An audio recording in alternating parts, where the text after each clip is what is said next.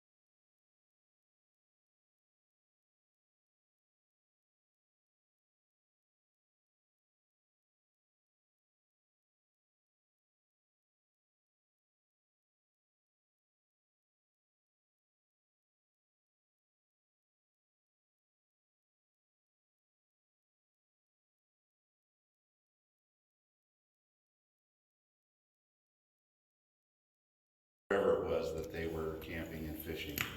And so one year we met Sam and Marilyn up at Hyatt Lake, and they had been there probably for the whole week.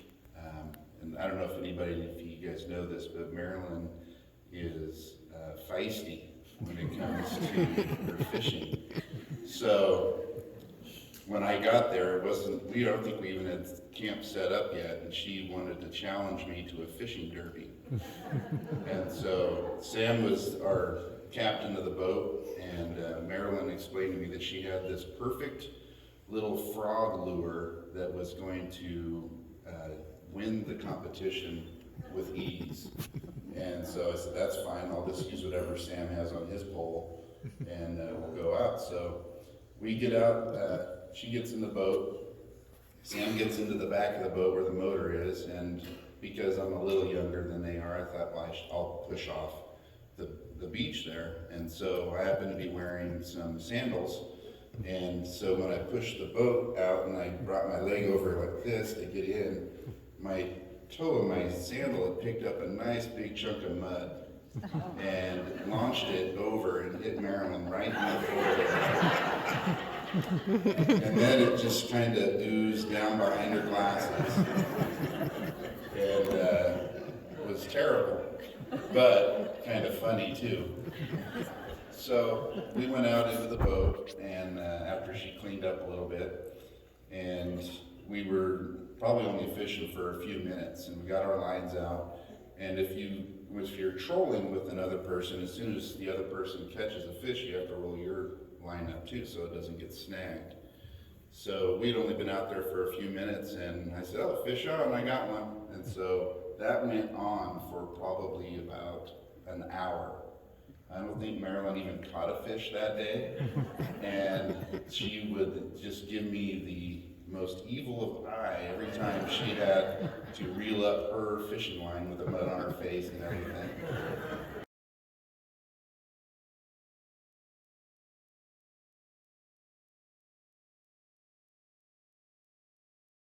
Figure out like what is happening. This was like 5 years ago, so she wasn't a spring chicken, and I hear her say like basically shut your mouth or I'm gonna put my fist in it. I think he had told a dirty joke and she was really offended. So anyway, yeah, she was not too pleased with that. But so I just wanted to thank everyone for sharing the stories. I mean, that's super sweet, and you just never know like how many lives you touch. She was passionate about a lot of things, obviously the painting and quilting, and everyone here. But the main focus of her life was Jesus. That's her Bible there, and I can usually tell how close someone walks with the Lord by looking at their Bible, how ratty the pages are and how marked up it is. But being here today, it reminds me that tomorrow is not guaranteed for any of us. We are mortal, and there is something to consider: what happens when we die. Do we just become part of the earth, or do we have a spirit that departs from our body? I believe in a creator, and I believe that we will spend eternity with God or separate from him. There is a decision that each one of us has to make, and it's not enough to just believe in God. In the book of James, it tells us that even demons believe there's a God. It's a life surrendered to the will of God. And you might think that being a Christian must be a boring life because you don't get to participate in all the worldly things. But I beg to differ. Mark 16:17 says, "And these signs will accompany those who believe. In my name they will drive out demons, they will speak in new tongues, they will pick up snakes with their hands, and if they drink any deadly poison, it will not harm them. They will lay hands on the sick and they will be made well." I don't know, that sounds pretty fun to me.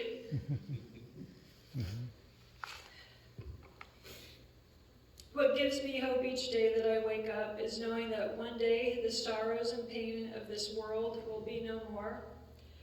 There will be no more death or tears, and I will get to be in the presence of my Lord and Savior. So I would just ask that you don't let another day go by without making Jesus the Lord of your life. And I put some Bibles out on the front, and there's some tracts out there that can show you that way. It's not just a Sunday morning when the pastor says, "Who wants to be saved?" You raise your hand and that's it. It's a life surrendered completely to the Lord. But it's the most exciting life, the most fulfilling life there is. Thank you. And my husband and I, years ago, when we got married, we decided to move to Montana. But before we went to Grandma's house, and she made cookies for us. So my husband was eating cookies and thought they were awesome, and they asked her what was in them, and she said, "They're mincemeat." And later he said, "Your grandma made me meat cookies." So it was, she was making protein cookies before protein bars were popular. And when we moved to Montana, she knew that my husband and I would be doing a lot of hunting there, and so she gave us a canned mason jar that was canned, and it was deer meat in it. And deer meat in a mason jar doesn't look very appetizing, but she gave it to me to take to Montana to put in my pantry. And it sat in my pantry for at least 3 years because I wasn't ready to try canned deer meat. It sounded terrible. But I did finally one day get the courage just to try it, and I made it the way she had told me to make it into a salad, and it was very tasty, and we enjoyed it. But so I called her and told her that I finally had the courage to try the canned deer meat, and she said, "I told you it was good." So she had a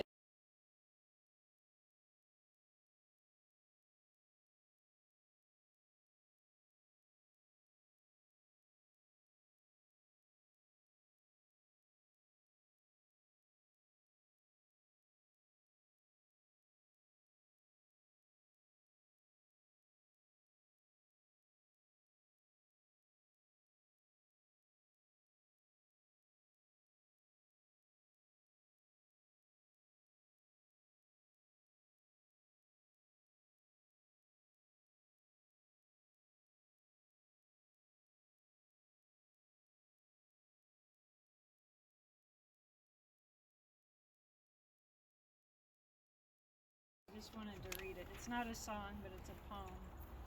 And it says, I am free. Don't grieve for me, for now I'm free. I'm following the path God laid for me. I took his hand when I heard him call. I turned my back and left it all. I could not stay another day to laugh, to love, to work or play. Tasks left undone must stay that way. I found that peace at the close of the day. If my parting has left a void, then fill it with remembered joy. A friendship shared, a laugh, a kiss. Ah, these things I too will miss. Be not burdened with time of sorrow. I wish for you the sunshine of tomorrow. My life's been full, I savored much. Good friends, good times, a loved one touched. Perhaps my time seemed all too brief. Don't lengthen it now with undue grief. Lift up your heart and share with me. God wanted me now, He has set me